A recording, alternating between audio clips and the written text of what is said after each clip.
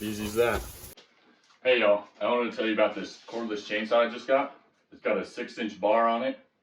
It's got a steel blade and a 21 volt 2 amp hour battery. These things are going to have overload protection, weather protection, and overcharge protection for more battery life. You're going to have a safety button here, and then the trigger. Hit the safety, unlocks the trigger.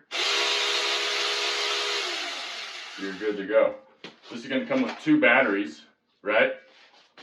And also, for you tool guys, the Makita battery fits right in there. If you're an outdoorsman, a wood carver, or anybody else that might need to chop something up, this is the one for you.